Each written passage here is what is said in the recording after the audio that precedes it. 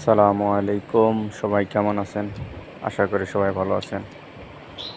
আজকে দেখাবো আমার গাছে প্রচুর ডালিম ধরে আছে, অথবা আনার, অনেকে আনার বলে। দেখুন কত বড় বড় হয়েছে গাছে আনারগুলো। ছোট্ট একটি গাছ, ওই যে একটা আনার পেকে লাল হয়ে আছে।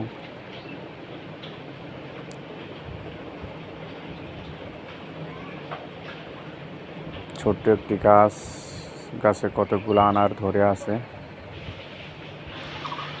আমি হাত দিয়ে নাড়ে দেখতেছি, এখন একটা পেকে লাল হয়ে আছে, ওটা পারবো খাওয়ার জন্য।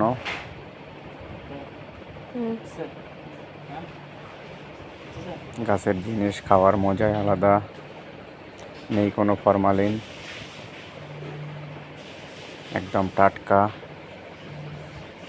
এটা পারলাম, মাশাআল্লাহ অনেক বড়।